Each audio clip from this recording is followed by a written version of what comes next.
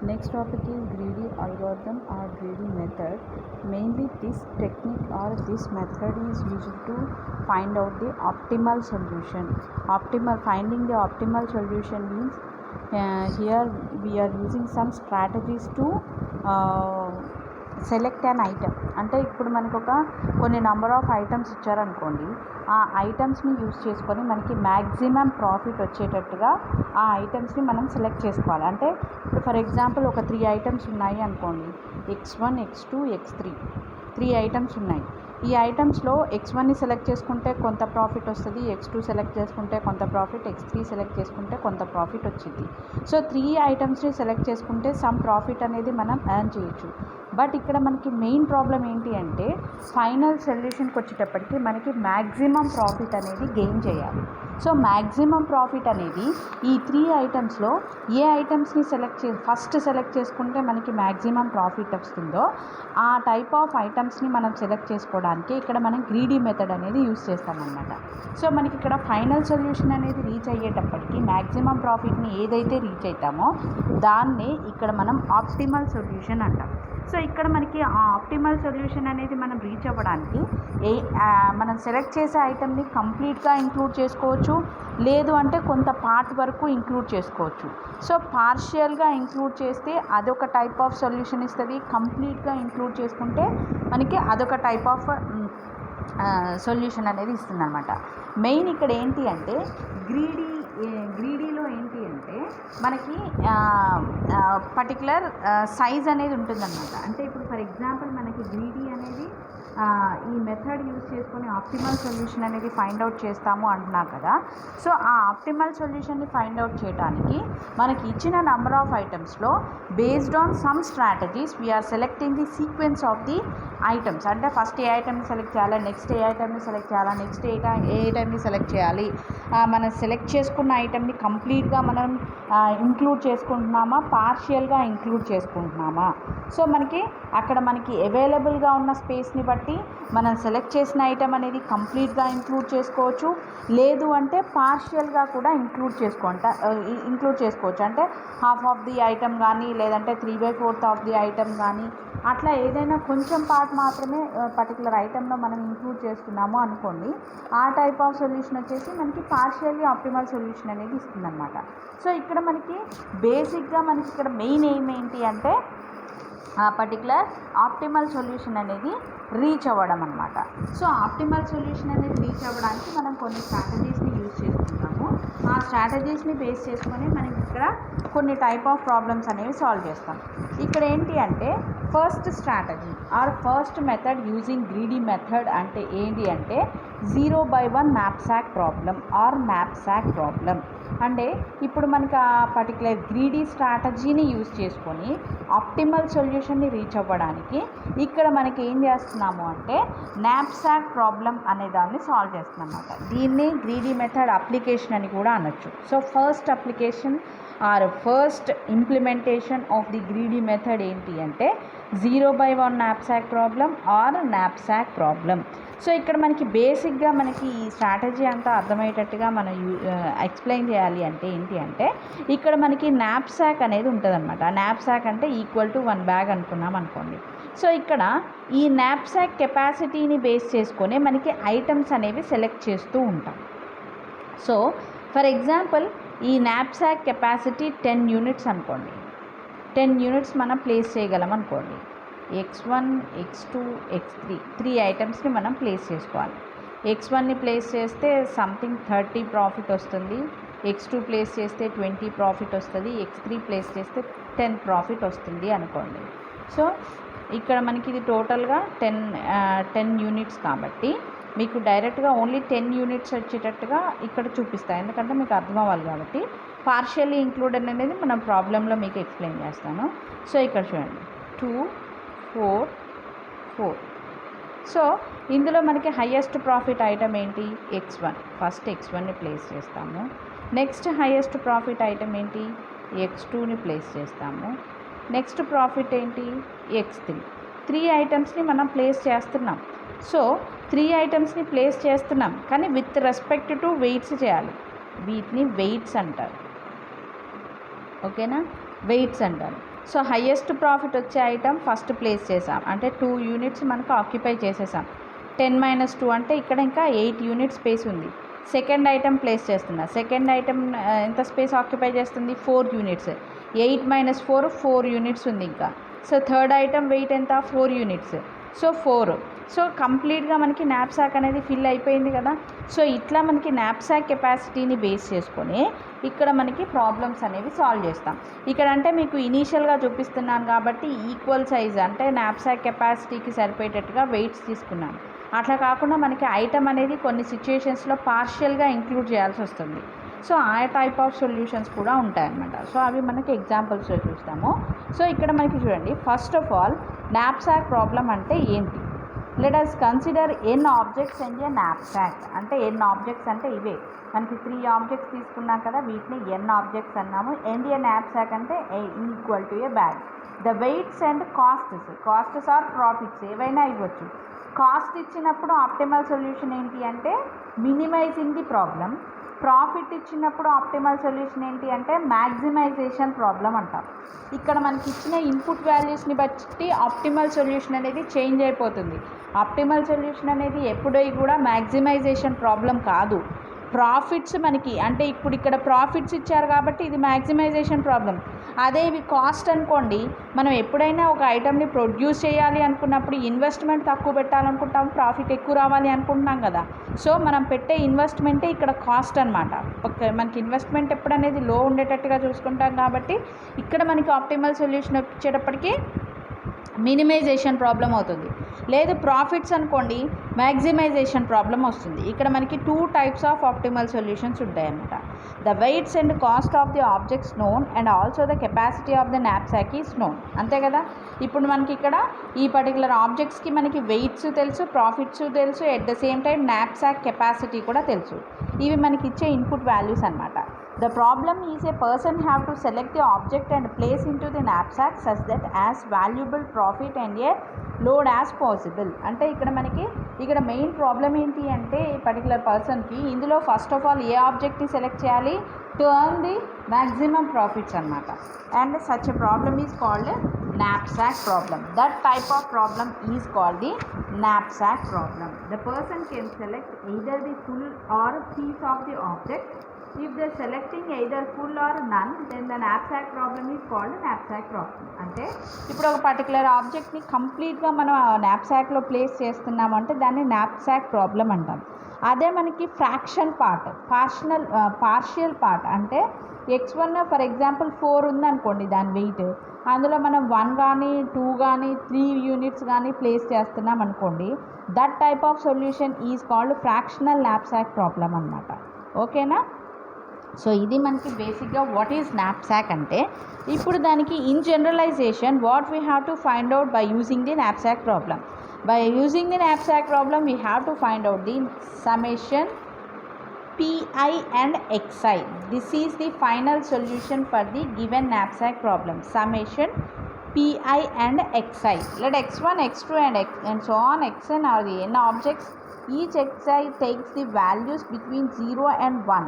0 and 1 means మనకి 0 అయితే that object should not be placed into the knapsack. అంటే for example మనకి knapsack అనేది 3 ఐటమ్స్లో ఫుల్ అయిపోయింది, ఇంకో 4th ఐటమ్ కూడా ఉంది అనుకోండి. 4th ఐటమ్ని మనకి నాప్సాక్ కెపాసిటీని బేస్ చేసుకొని మనం ఇంక్లూడ్ చేయలేము అనుకుంటే 4th ఐటమ్ ఈక్వల్ టు 0 పెట్టేసుకోవచ్చు కదా. కంప్లీట్గా ప్లేస్ చేస్తే 1 అంటాము, నన్ను ప్లేస్ చేసుకుంటే అంటే ఆ ఐటమ్ని మనకి నాప్సాక్లో ఇంక్లూడ్ చేసుకోకపోతే 0 అనే అసైన్ చేసేస్తాం. ఇది మీకు ఎగ్జాంపుల్లో అర్థమైపోతుంది.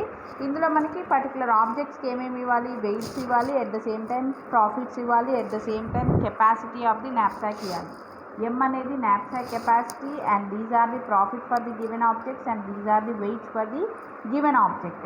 Based on the knapsack selection process we are getting the maximization problem, then we have to find out the summation Pi and Xi అన్నాం కదా. సో మనకి ఎన్ని నెంబర్ ఆఫ్ ఆబ్జెక్ట్స్ ఉంటే అన్ని నెంబర్ ఆఫ్ ప్రాఫిట్స్ అండ్ అన్ని number of ఆబ్జెక్ట్స్ని base చేసుకొని ఈ problem ఈ పర్టికులర్ ఫార్ములాని మనం ఎక్స్టెండ్ చేస్తే వెళ్ళాలంట P1x1 + P2x2 + P3x3 and so on. So ఇలా మనకి ఈ పర్టికులర్ ఫార్ములాని బేస్ చేసుకొని మనకి ఫైనల్ సొల్యూషన్ అనేది ఫైండ్ అవుట్ చేస్తాము. Let us see the example problem for 0/1 knapsack problem by using the greedy method. Same ఇదే knapsack problem by using dynamic programming కూడా ఉంది మనకి. సో అందుకని మీరు క్వశ్చన్ అడిగినప్పుడు క్లియర్గా చూసుకోండి, knapsack ప్రాబ్లం యూజింగ్ గ్రీడీ మెథడా, knapsack ప్రాబ్లం యూజింగ్ డైనమిక్ ప్రోగ్రామింగా, knapsack problem using branch and బౌండా. సో మనకి 3 డిఫరెంట్ టైప్స్ ఆఫ్ టెక్నిక్స్ ఉంటాయి కాబట్టి మీరు ప్రాబ్లమ్కి సొల్యూషన్ని ఫైండ్ అవుట్ చేసేటప్పుడు 3 డిఫరెంట్ వేస్లో చేయాల్సి వస్తుంది. ఫస్ట్ ఆఫ్ ఆల్ మీరు క్వశ్చన్ని క్లియర్గా చదవండి. knapsack problem using greedy method అన్నప్పుడు ఇప్పుడు మనం చెప్పే ప్రాసెస్ చేయాలి. సో చూడండి, ఇక్కడ n అనేది గివెన్ నంబర్ ఆఫ్ ఆబ్జెక్ట్స్, అంటే n is equal to 3 different types of objects ఇచ్చారు. And knapsack size m is equal to knapsack size m is equal to 20 and profits for the given items 3 items కదా, profits P1 P2 and P3 profits and weights W1 W2 and W3. These are the weights. ఓకేనా. knapsack steps చూడండి. So ఇక్కడ మనకి knapsack problem using greedy method అన్నప్పుడు మనం 3 different కేసెస్లో ఈ particular ప్రాబ్లమ్ని సాల్వ్ చేస్తాం. అందులో ఫస్ట్ కేస్ మనకి ఫస్ట్ ఆఫ్ ఆల్ మీకు సొల్యూషన్ అనేది చేయాలి అంటే మీరు సొల్యూషన్ అని పెట్టిన తర్వాత గివెన్ దట్ అని రాసేసి ఇవన్నీ రాయండి. గివెన్ దట్ అని పెట్టేసి ఇవన్నీ రాసుకోండి. నెక్స్ట్ మనకి n ఈజ్ ఈక్వల్ టు 3 అన్నాం కదా. సో 3 డిఫరెంట్ ఆబ్జెక్ట్స్ని ఇలా చూపించానంటే n is equal to 3 means x1 x2 and x3 అని.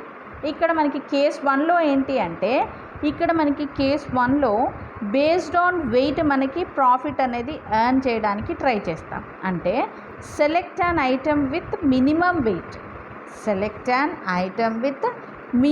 వెయిట్. ఫస్ట్ కేస్లో మెయిన్ మనం యూజ్ చేసే స్ట్రాటజీ ఏంటి అంటే select an item based on their weights అనమాట.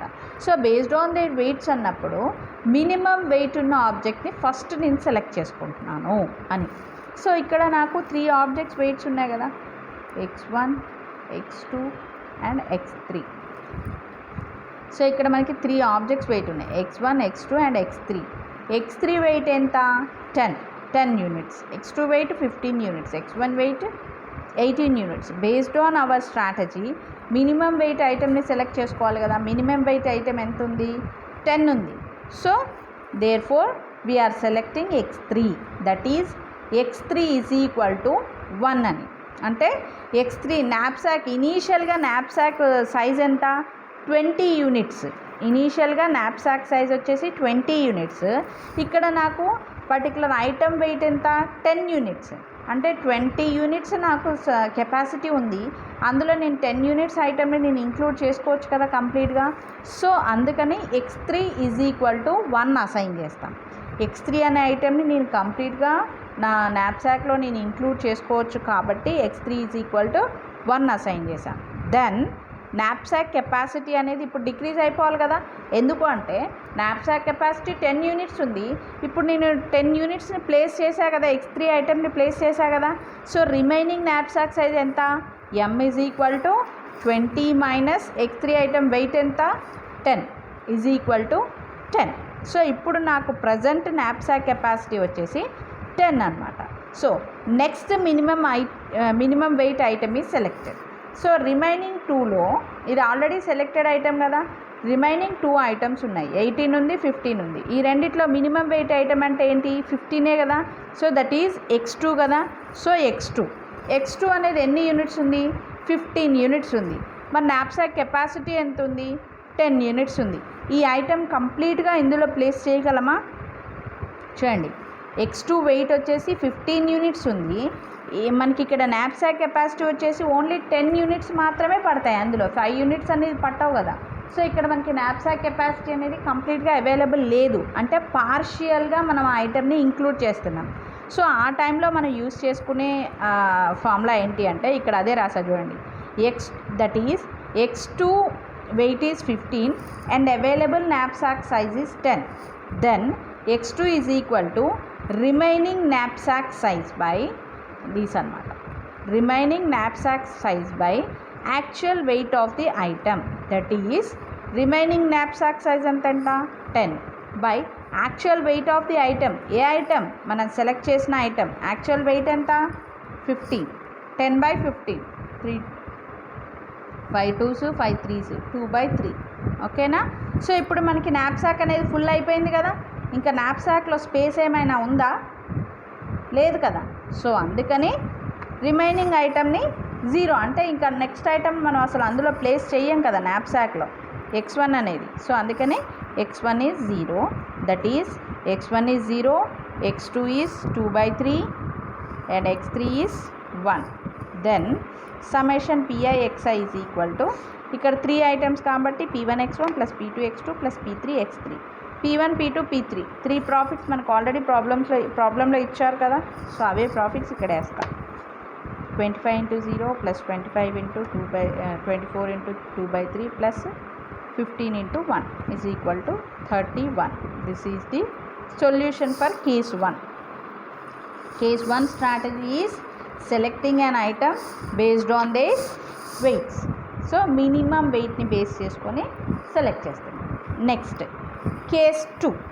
కేస్ 2 నాప్సాక్లో యూజింగ్ గ్రీడీ మెథడ్లో కేస్ 2 వచ్చేసి ఏంటి అంటే ఇక్కడ మనకి select an item based on their profits. ఇక్కడ మనకి ప్రాఫిట్ని బేస్ చేసుకొని ఐటమ్స్ అనేవి సెలెక్ట్ చేస్తాం. సో మనకి ఇక్కడ బేసిక్గా ప్రాఫిట్స్ ఇచ్చినప్పుడు మ్యాక్సిమైజేషన్ కాబట్టి ఇందులో ఫస్ట్ ఆఫ్ ఆల్ ఏ ఐటెంని సెలెక్ట్ చేసుకుంటే మనకి మ్యాక్సిమం ప్రాఫిట్ వస్తుందో ఆ ఐటెంని సెలెక్ట్ చేసుకోండి. అంటే ఇందులో మ్యాక్సిమం ప్రాఫిట్ అంటే 25 కదా. So select an item x1. So select an item x1 అప్పుడు x1 వెయిట్ ఎంత? 18. చూడండి, x1 is equal to 1. Knapsack capacity 20 ఉంది.